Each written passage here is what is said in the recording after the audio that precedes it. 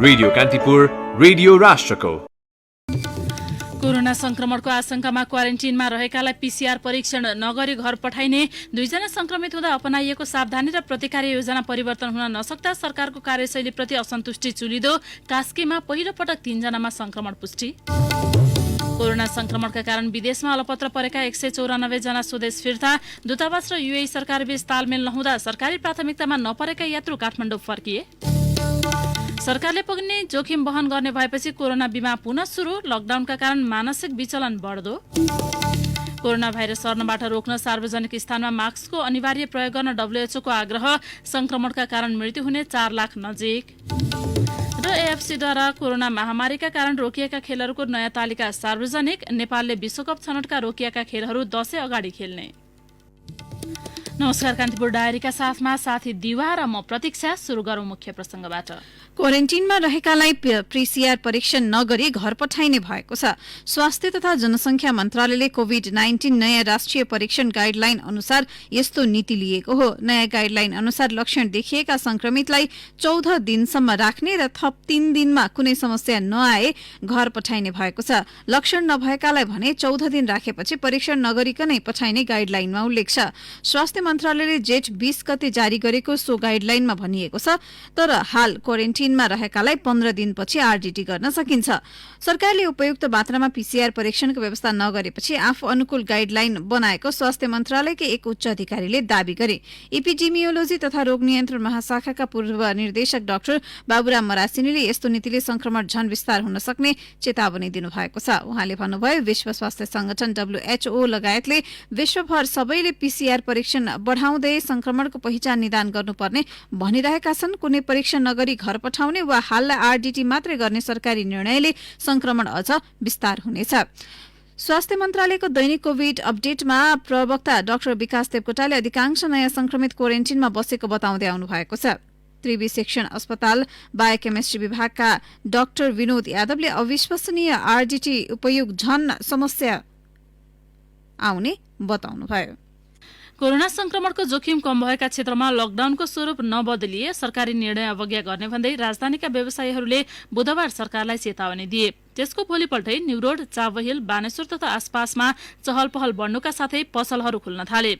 लगत्तै काठमाडौँ, भक्तपुर र ललितपुर प्रशासन, जिल्ला तहका सुरक्षा प्रमुख र जनप्रतिनिधि सम्मिलित आकस्मिक संयुक्त बैठकले सार्वजनिक यातायात, शैक्षिक संस्था, हवाई यातायात र सभा सम्मेलन, पार्टी प्यालेस, विरोध जुलुस बाहेक अन्य क्षेत्र खुलाउन सकिने गरी निर्णय गर्न उपप्रधानमन्त्री ईश्वर पोखरेल नेतृत्वको सीसीएमसी र उच्चस्तरीय समितिमा सिफारिस गर्यो। दुवै संयन्त्रले राजधानीका 3वटै जिल्ला प्रशासनबाट गएको सिफारिसबारे कुनै निर्णय भने गर्न सकेनन्। बिहिबार नै बसेको मन्त्री परिषद बैठकले यसबारे कुनै औपचारिक छलफल समेत गर्न आवश्यक ठानेन। उच्चस्तरीय समितिका एक सदस्यले कान्तिपुरसँग भने, लकडाउन र सरकारी प्रतिकारी योजना लागू गर्ने प्रमुख जिल्ला अधिकारीबाट आएका सुझाव र सिफारिसलाई यति हलुका ढंगले लिएर कुनै ठोस निर्णय नगर्नु आफैमा सरकारको लापरवाही हो। मन्त्री परिषदले यति हलुका ढंगले लिन हुँदैन थियो।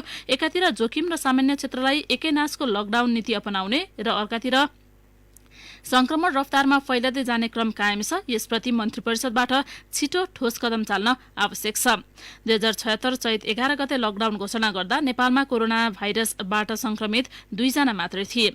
संक्रमित पनि विदेशबाट आएका नेपाली मात्र थिए। चीन, युरोप, अमेरिका तथा एसियाली कतिपय मुलुकमा तीव्र गतिमा संक्रमण फैलिँदै जाँदा सरकारले सम्भावित संक्रमण फैलिन सक्ने बारे लामो समयसम्म गम्भीरताका साथ लिएन, न त विदेशबाट आउनेमाथि निगरानी नै राख्यो। त्यति मात्रै होइन, छिमेकी भारतबाट संक्रमण फैलन थालेपछि त्यहाँ कार्यरत नेपाली र स्वयं भारतीय नागरिक पनि स्थल नाका हुँदै बिना परीक्षण नेपाल भित्रन थाले।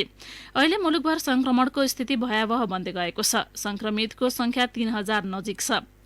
मृत्यु हुनेको संख्या 11 पुगिसकेको छ। तर 2 जना संक्रमित हुँदा अपनाइएको सावधानी र प्रतिकार योजनामा सरकारले अहिलेसम्म कुनै फेरबदल गर्नै सकेको छैन। जोखिम र सामान्य अवस्था भएका क्षेत्रमा एकै किसिमको रणनीति अपनाउँदा आम मानिसमा सरकारको कार्यशैलीप्रति असन्तुष्टि छ। लकडाउन घोषणाको महिना दिनपछि वैशाख पहिलो साताबाटै अर्थमन्त्री युवराज खतिवडा, उद्योग वाणिज्य तथा आपूर्ति मन्त्री लेखराज भट्ट तथा सुरक्षा प्रमुख र प्रशासकहरूले जोखिमका क्षेत्र पहिचान गरी सामान्य अवस्थाका जिल्ला तथा भूभागमा व्यापार व्यवसाय सञ्चालन गर्नुपर्ने प्रस्ताव अघि सारेका थिए। यसबारे उच्च स्तरीय समितिमा छलफल भए पनि निर्णय गर्ने तहबाट अघि बढ्न सकेन। जुनसुकै संकट तथा महामारीमा गृह मन्त्रालय तथा यस अन्तर्गतका संयन्त्रको भूमिका महत्वपूर्ण मानिन्छ। मन्त्रालय, प्रशासन र सुरक्षा संयन्त्र परिचालनमा गृहकै भूमिका निर्णायक हुन्छ, तर कोरोना संक्रमण रोकथाम तथा नियन्त्रणमा भने गृह सुस्त देखिएको छ। आदेश र निर्देशन तथा केन्द्रबाट परिपत्र गर्ने काममा गृह बढी केन्द्रित छ। यसको मुख्य कारण कोभिड-19 विरुद्ध जुन अस्थायी संयन्त्र खडा गरिएका छन्, गृहको भूमिका खुम्चिए पनि मातहत निकायबाट प्रभावकारी कदम चाल्न त्यसले रोकटोक गरेको छैन। कोभिड-19 नियन्त्रण तथा रोकथामका लागि भनेर खडा गरिएका 1 दर्जन जति संयन्त्र आफ्नै ढंगले सक्रिय छन्। न समन्वय न सहकार्य, एकअर्काबीच काममा तालमेल नहुनुको मुख्य कारण पनि कार्यदेश र जिम्मेवारी स्पष्ट नहुनु नै भएको स्वयं समितिमै बसेका अधिकारीहरूको भनाइ छ। संयुक्त अरब इमिरेट्स यूएईमा अप्ठ्यारोमा परेकी रिना थापालाई आबुधाबी स्थित नेपाली दूतावासबाट शुक्रबार नेपाल फर्कनका लागि तयार रहन फोन आयो। उनलाई दूतावासले पहिलो उडानमा पठाउने सूचीमा राखेको थियो। जहाजको शुल्क नलाग्ने पनि दूतावासले बताएको थियो। त्यसको एकाध घण्टापछि उनलाई एयर अरेबियाका लागि टिकट बेच्ने एजेन्टको फोन आयो।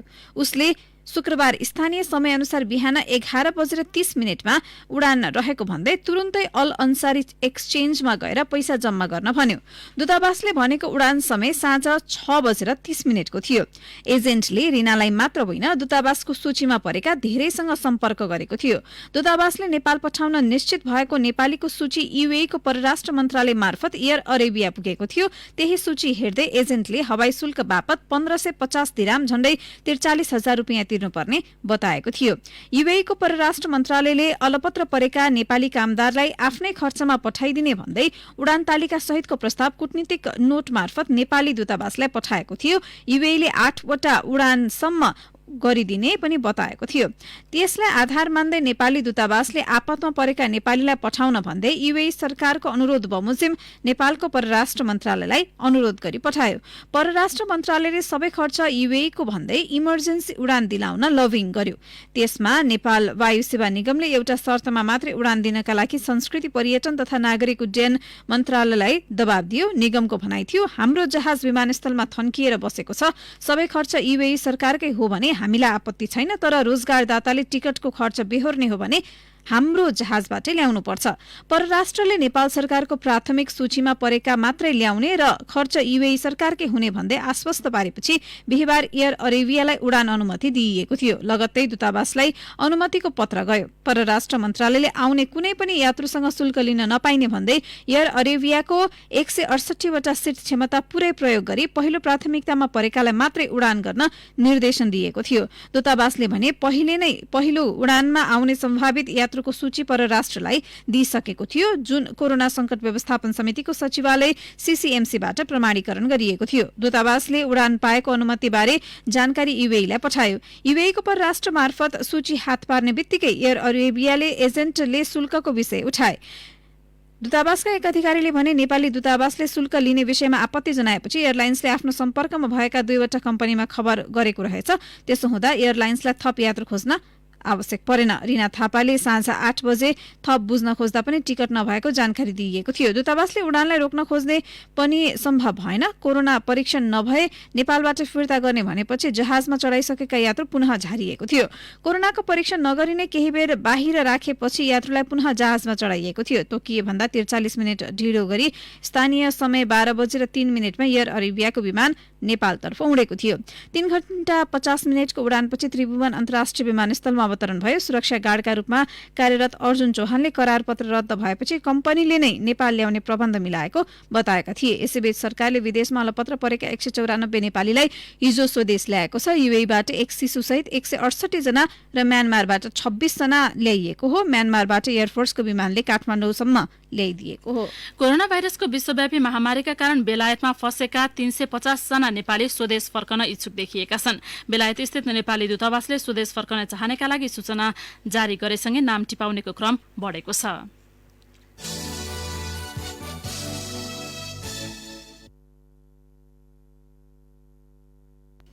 सर्वोच्च अदालतले नागरिकको वैयक्तिक स्वतन्त्रताको सम्मान गर्न कसैलाई पनि कानून विपरीत जबरजस्ती थुनामा नराख्न आदेश दिएको छ। शुक्रबार न्यायाधीशहरू प्रकाशमान सिंह राउत र कुमार रेग्मीको इजलासले प्रहरी कार्यालय सिराहामा थुनामा राखिएका चक्रबहादुर खत्रीको मुद्दामा उनलाई अब तत्काल रिहा गर्न आदेश दिएको थियो।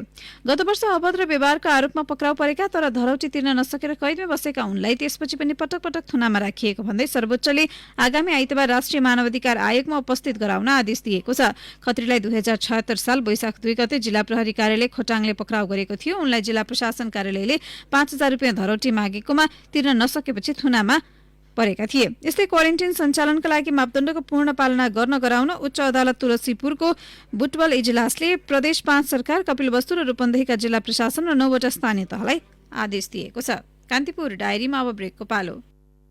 ब्रेकपछि कान्तिपुर डायरीमा अब बाँकी प्रसंग। गण्डकी प्रदेशको राजधानी पोखरामा पहिलो पटक 59 वर्षीय पुरुषमा कोरोना संक्रमण देखिएको छ। यसैगरी कास्कीकै रूपा गाउँपालिकामा 23 र 32 वर्षका 2 पुरुषमा पनि संक्रमण देखिएको प्रदेश स्वास्थ्य निर्देशनालयले जनाएको छ। निर्देशनालयले आज बिहान विज्ञप्ति जारी गर्दै प्रदेशभर 17 नयाँ संक्रमित भेटिएको जनाएको हो। पछिल्लो समय स्याङ्जाको वालिङ नगरपालिकाका 8, हरिनास गाउँपालिकाका 2, बागलुङको तारखोला गाउँपालिकाका 1, पूर्वी नवलपरासीको विनयी त्रिवेणी गाउँपालिका 3 जना रहेका छन्। उनीहरू सबै पुरुष हुन्। उनीहरूलाई सम्बन्धित जिल्ला अस्पतालको आइसोलेसनमा लैजाने तयारी भइरहेको प्रदेश स्वास्थ्य निर्देशक तथा प्रदेश कोरोना नियन्त्रण तथा रोकथाम कार्यक्रमका प्रवक्ता डाक्टर विनोद बिन्दु शर्माले बताउनुभयो। यो सँगै गण्डकी प्रदेशमा कोरोना संक्रमितको संख्या 75 पुगेको छ। उनीहरूमध्ये 3 जना उपचारपछि निको भएका छन्। यसअघि हिजो मात्र पोखरा महानगरपालिका बस्दै आएका 60 वर्षीय एक व्यक्तिमा काठमाडौँमा उपचारका क्रममा कोरोना संक्रमण देखिएको स्वास्थ्य तथा जनसंख्या मन्त्रालयले जनाएको छ। अब कान्तिपुर सविस्तारको पालो। कान्तिपुर सविस्तार। कोरोना भाइरसले विश्व महामारीको रूप लिँदै गर्दा त्यसको प्रत्यक्ष प्रभाव नेपालमा पनि पर्यो। कोरोना भाइरसको उच्च जोखिमलाई कम गर्न सरकार एकपछि अर्को गर्दै लकडाउनको समयावधि बढाउँदै गयो। लकडाउनको यो बीचमा आत्महत्या गरेको संख्या उच्च देखिएको छ। लकडाउन सुरु भएको चैत 11 देखि गत जेठ 17 गतेसम्म नेपालमा 1000 भन्दा बढीले आत्महत्या गरेको प्रहरीको तथ्याङ्कमा उल्लेख छ।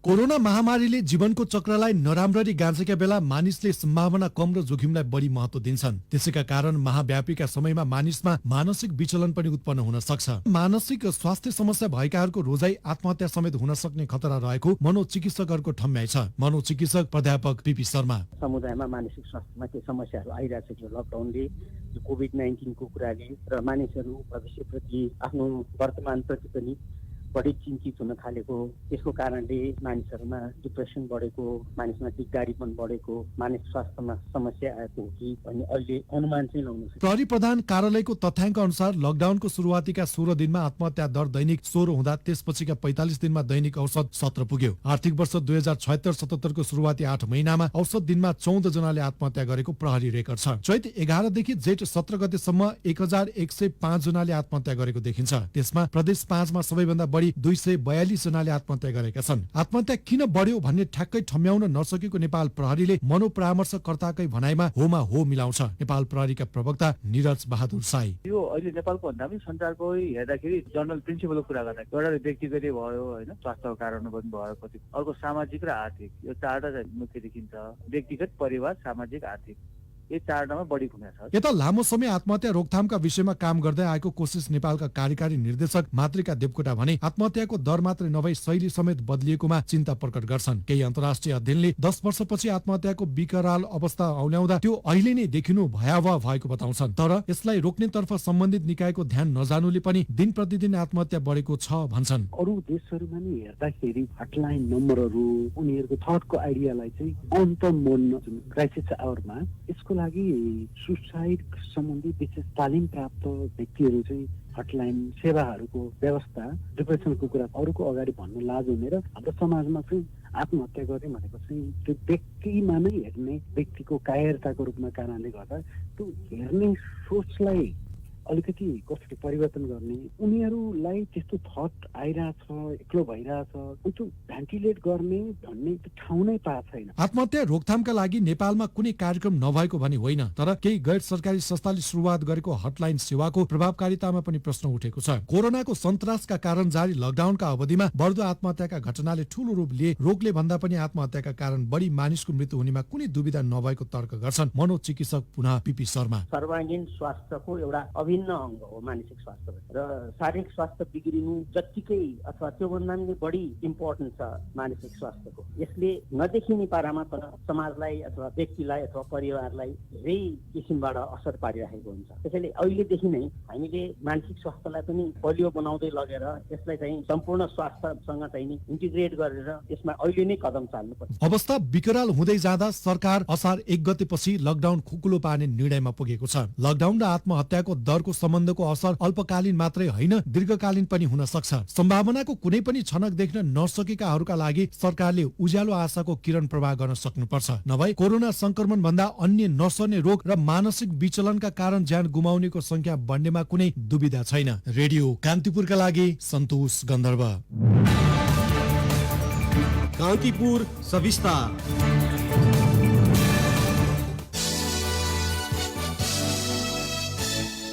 नेकपाकी सांसद गंगा चौधरी सदगौवाले जेठ 19 गते प्रतिनिधि सभाको बैठकमा दिएको अभिव्यक्तिले समाजमा घृणा फैलिएको भन्दै राष्ट्रिय जनता पार्टी र समाजवादी पार्टीका सांसदले आपत्ति जनाएका छन्। सांसद सदगौवाको अभिव्यक्ति समाजमा घृणा फैलाउने हेट स्पीच भएकाले त्यसलाई संसदको रेकर्डबाट हटाउन हिजो समाजवादीकी सांसद सरिता गिरी र राजपाका सांसद अमृता देवी अग्रहरीले माग गरेका छन्। सांसद सदगौवाले प्रतिनिधि सभामा भारतीय चेलीहरूको दादागिरी संसदमा पनि रहेको अभिव्यक्ति दिनुभएको थियो। सांसद गिरीले आफू दिन संसदमा अनुपस्थित रहेको भन्दै सदगौवाको सो भनाई हेट स्पीच भएकाले कानूनी कारबाहीका लागि गृह मन्त्रालय र सरकारसँग माग गर्नुभएको छ। संसदको मर्यादामाथि नै सांसद सदगौवाले आक्रमण गरेको उहाँको भनाई थियो। सांसद गिरीले भारतसँगको समस्या चीन समेत मिलेर समाधान गर्न आफूले संसदमा बोलेको बताउनुभयो। यसलाई मिडियाले नेपालको नक्सा जारी गर्न भारतले सोध्नुपर्ने भनेर बङ्ग्याएको उहाँको भनाइ छ। गिरीले सांसद सदगौवाको अभिव्यक्तिलाई लिएर चीनबाट परिचालित भएको आरोप लगाउनुभयो। उहाँले सदगौवाका श्रीमानले निर्वाचनमा चीनले दिएको भारतीय रुपियाँ बाँडेको आरोप लगाउनुभयो। समाजवादीकी सांसद अग्रहरीले आफूलाई भारतीय चेली नदेख्न चेतावनी दिँदै सदगौवाले माफी माग्नुपर्ने बताउनुभयो। राजपा अध्यक्ष मण्डलका सदस्य राजकिशोर यादवले 2 दिन अघि ट्वीट गर्नुभयो, अरूका लागि खनेको खाल्टोमा अन्तत्वगत्व आफै परिदो रहेछ भन्ने फेरि प्रमाणित भएको छ। पार्टी एकीकरण प्रक्रियामा असन्तुष्ट यादवले अहिले भइरहेको नेता व्यवस्थापनको जटिलतालाई लक्षित गर्दै सो ट्वीट गर्नुभएको थियो। उहाँको निशाना आफ्नै पार्टीका नेता राजेन्द्र महतोप्रति थियो। पार्टी एकीकरणका लागि अहोरात्र जुटेका महतोलाई हतारो नगर्न यादव र अध्यक्ष मण्डलका अर्का सदस्य अनिल कुमार झाले सचेत गराउँदै आएका थिए। पार्टी वरियतामा 5औं र 6औं नम्बरमा रहेका यादव र झाला एकीकरणपछि आफूहरूको स्थान कहाँ हुने भन्ने भित्री चिन्ता थियो। त्यसैले हतारो नगरी पार्टी महाधिवेशनपछि एकीकरण प्रक्रियामा जोडिन सहज हुने तर्क समेत उनीहरूले राख्दै आएका थिए। तर महतोले एकीकरणका लागि बढी नै हतारो गरेका थिए। अहिले यादवले महतोको स्थान एकीकृत पार्टीमा सुरक्षित नहुँदा यादवले व्यङ्ग्य गर्दै ट्वीट गर्नुभएको हो। उहाँको ट्वीटले समाजवादी र राजपामा पार्टी नेताहरू बीचको व्यवस्थापनको टकराव र एकता प्रक्रियामा कतिसम्म किचलो बढ्दैछ भन्ने संकेत गरेको छ। गैरातीसम्म एकीकृत पार्टी जनता समाजवादीको नेतृत्व कसले लिने भन्ने समेत टुङ्गो लाग्न सकेको छैन।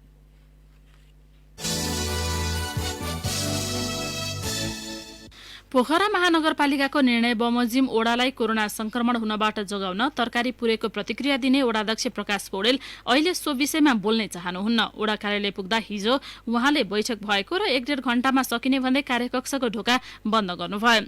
उता ओडा नम्बर 33 का अध्यक्ष शिव आचार्य तरकारी गाड्नमा आफ्नो संलग्नता नरहेको दावी गर्नुहुन्छ। उहाँले भन्नुभयो, बाहिरबाट तरकारी ल्याएर बागमाराको भनेर बेचेका रहेछन्। स्थानीयको दबावपछि ती व्यवसायीले पूर्ण सहमति जनाएका हुन्। व्यवसायी बेलबहादुर तामाङले भने आफ्नो मन्जुरी बेगर गाडिएको बताउँदै आउनु भएको छ। सुरक्षाकर्मीले कास्की र तनहुको सिमाना कोत्रे कटाइदिन्छौं भन्दा समेत ओडा सदस्य, टोल विकास संस्था, आमा समूह र स्थानीय युवाले नमानेको उहाँले सुनाउनुभयो। महानगरले घटनाको छानबिन गर्न कृषि महाशाखा प्रमुख मनोहर कडरियाको संयोजकत्वमा 3 सदस्यीय समिति बनाएको छ। छानबिन समितिमा कानूनी शाखाका राममणी अधिकारी र लेखाका नारायण पौडेल सदस्य छन्। समितिलाई 3 दिनभित्र प्रतिवेदन बुझाउन भनिएको छ। महानगर प्रमुख मानबहादुर जेसीले बाहिरी जिल्लाबाट तरकारी वितरण नदिने निर्णय गरेको स्वीकारे पनि गाड्न वा नष्ट गर्न कुनै पनि निर्देशन नदिएको बताउनुभयो। उपभोक्ता मञ्च कास्कीका अध्यक्ष कपिलनाथ कोइराला तरकारी गाड्ने कार्य गैरकानूनी भएको बताउनुहुन्छ। जनप्रतिनिधिले कानून हातमा लिएर व्यवसायी र नागरिकको अधिकार छिन्न भिन्न पारेको उहाँको आरोप छ।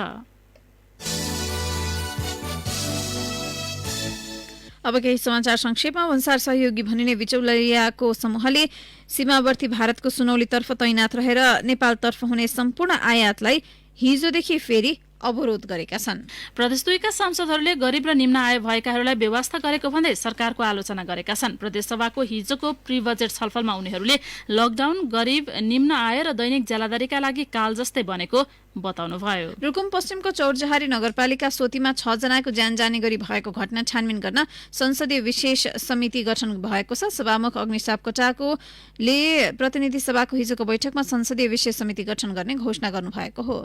मकैमा अमेरिकी फौजी किराको प्रकोप बढेपछि किसान चिन्तित भएका छन्। गोड्ने भएका मकैमा फौजी किराले आक्रमण गरेपछि बाली उत्पादनमा ह्रास हुने चिन्ता बढेको छ। किराले गुबो खाइदिएपछि बोट बढ्न नपाएको किसानको गुनासो छ। कान्तिपुर डायरीमा पुनः ब्रेकको पालो। ब्रेकपछि अब आर्थिक प्रसंग। सरकारले पनि जोखिम वहन गर्ने भएपछि कोभिड-19 को जोखिम सुरक्षणका लागि ल्याइएको कोरोना बीमा पुनः सुरु भएको छ। कम्पनीहरूको पुँजी भन्दा दायित्व बढी भएकाले जोखिम बढेको भन्दै बिहीबार केही समयका लागि कोरोना बीमा स्थगन गर्न बीमा समितिले निर्देशन दिएको थियो। हिजो बीमा समिति, बीमा कम्पनी, सरकार र पुनर्बीमा कम्पनी सबैले जोखिम बाँड्ने सहमति भएपछि पुनः बीमा लेख बिक्री पुनः सुरु गर्न समितिले निर्देशन दिएको छ। समितिको विज्ञप्तिमा भनिएको छ, कोरोना बीमा लेख जेठ 23 देखि केही समयका लागि स्थगित गरिएकोमा साबिककै बीमा लेख आजकै मितिदेखि लागू हुने गरी सुचारू गर्न सबै निर्जीवन बीमा कम्पनीहरूलाई निर्देशन गरिएको छ। कोरोना संक्रमितको संख्या उच्च दरले बढ़िरहेका बेला बीमा बन्द गरेको भन्दै चौतर्फी आलोचना भएको थियो। पर्याप्त तयारी बिनै बीमा लेख जारी गर्न निर्देशन दिएको, बीमितको संख्या बढ्ने अनुमान पनि नगरिएको लगायत कमजोरीका कारण बीमा बन्द गर्नु परेको आरोप बीमा विज्ञहरूले लगाएका थिए। विरोध धेरै भएपछि समितिले शुक्रबार नै सहमति गरेको हो। सहमति अनुसार कोरोना बीमामा परेको दाबी मध्ये पहिलो 10,000 को दाबी भुक्तानी बीमा कम्पनीहरूले नै भुक्तान गर्नेछन्। त्यसपछिको थप 10,000 दाबी भुक्तानी नेपाल पुनर्बीमा कम्पनीले, थप 5,000 दाबी भुक्तानी बीमा कम्पनीहरूको महाविपत्ति कोषबाट बाहिरिने सहमति भएको छ। यसैबीच बिहीबारसम्म 3,39,774 जनाले कोरोना बीमा गरेका छन्। कोभिड-19 को जोखिम सुरक्षणका लागि गत वैशाख 7 गतेदेखि बीमा लेख बिक्री सुरु गरिएको थियो। अब अन्तर्राष्ट्रिय प्रसंग। विश्व स्वास्थ्य संगठन WHO कोरोना भाइरस सर्नबाट रोक्न सार्वजनिक स्थानमा सबैले मास्कको अनिवार्य प्रयोग गर्नुपर्ने नयाँ सूचना जारी गरेको छ। संक्रमित व्यक्तिको शरीरबाट थुक्का छिटा बाहिर सर्न रोक्न मास्क उपयोगी हुने WHO उल्लेख गरेको छ। विश्वका अधिकांश मुलुकले सार्वजनिक स्थानमा मास्क अनिवार्य गरिसकेको अवस्थामा WHO पनि त्यसलाई अनिवार्य गर्न सुझाव दिएको छ। यसअघि WHO स्वस्थ व्यक्तिले मास्क लगाउनु नपर्ने बताउँदै आएको थियो। मेडिकल मास्ककै प्रयोग गर्नु भने नपर्ने WHO स्पष्ट पारेको छ। कपडाका मास्कले अनुहार छोप्न सके सुरक्षित हुन सकिने WHO की प्राविधिक शाखाकै विज्ञ मारिया भान केरकोभले बताउनु भएको छ। मेडिकल मास्क बिरामी र उनका स्याहारमा खटिएकालाई प्रयोग गर्न सुझाव दिएको छ। यसैबीच विश्वभर 67,24,516 जनामा कोरोना संक्रमण पुष्टि भएको छ। 3,94,018 जनाको भाइरसका कारण मृत्यु भएको जोन हपकिन्स विश्वविद्यालयको अध्ययनले देखाएको छ। अब खेल प्रसंग। एशियाली फुटबल फेडरेशन AFC ले कोरोना महामारीका कारण रोकिएका खेलहरूको नयाँ तालिका निर्धारण गरेको छ। विश्वकप 2022 मा एशिया कप क्वालिफायरका छनौट खेलको नयाँ तालिका सार्वजनिक गरिएको छ। मार्च र जुनका लागि तय गरिएका खेलहरू अक्टोबर र नोभेम्बरका लागि तय गरिएको AFC ले जनाएको छ। 7औं र 8औं खेलहरू अक्टोबर 8 र 13 का लागि तय गरिएको छ। त्यस्तै 9औं र 10औं नोभेम्बर 12 र 17 मा राखिएको छ। AFC को नयाँ तालिका अनुसार नेपालले घरेलु मैदानमा खेल्ने तीनै खेलको मिति तय भएको हो। नयाँ तालिका अनुसार नेपालले अक्टोबर 8 अर्थात असोजमा घरेलु मैदानमा चाइनिज ताइपेसँग खेल्नेछ। त्यस्तै अक्टोबर 13 अर्थात असोज 27 गते काठमाडौँमै नेपाल र अस्ट्रेलिया बीच खेल हुनेछ। आफ्नो अन्तिम खेल नेपालले नोभेम्बर 12 अर्थात कार्तिक 27 गते जोर्डनसँग खेल्नेछ। प्रतियोगिताको शीर्ष स्थानमा रहने टोलीले एसियन कपमा छनौट हुनुका साथै विश्वकप छनौटको तेस्रो चरणमा स्थान बनाउनेछ। छनौटमा नेपालले एकमात्र जित हात पारेको छ। नेपाल कुवेतसँग 7-0 ले, अस्ट्रेलियासँग 5-0 ले, जोर्डनसँग 3-0 ले पराजित भएको थियो। चाइनिज ताइपेलाई 2-0 ले हराएको नेपाल भुटानमा भएको कुवेतसँगको होम म्याचमा 1-0 ले पराजित भएको थियो। अब मौसम सम्बन्धी जानकारी। अरब सागरमा रहेको निसर्ग चक्रवात कमजोर भई बनेको न्यून चापीय क्षेत्रको प्रभावका कारण मुलुकका अधिकांश स्थानमा गैरातीबाटै वर्षा भइरहेको जल तथा मौसम पूर्वानुमान महाशाखाले जनाएको छ। देशभर सामान्यदेखि पूर्ण बदली रही अधिकांश स्थानमा मध्यम खालको वर्षा भएको महाशाखाले जनाएको छ। अपराह्नपछि प्रदेश 1, 2 र बागमती प्रदेशका केही स्थानमा मेघगर्जन र चट्याङसहित हल्कादेखि मध्यम वर्षाको सम्भावना रहेको महाशाखाले उल्लेख गरेको छ। केही बेर अघि 18 डिग्री सेल्सियस मापन गरिएको काठमाडौँ उपत्यकाको अधिकतम तापक्रम आज 25 डिग्री सेल्सियससम्म पुग्नेछ। सूर्योदय बिहान 5:07 भयो भने सूर्यास्त भरे साँझ 6:57 हुनेछ। हवस् त कान्तिपुर डायरीको यो बुलेटिन अहिलेलाई यहीँ सकिन्छ। दिवा र प्रतीक्षा बिदा हुन्छौँ। नमस्कार। सूचना र मनोरञ्जनको संवाहक रेडियो राष्ट्रको रेडियो कान्तिपुर।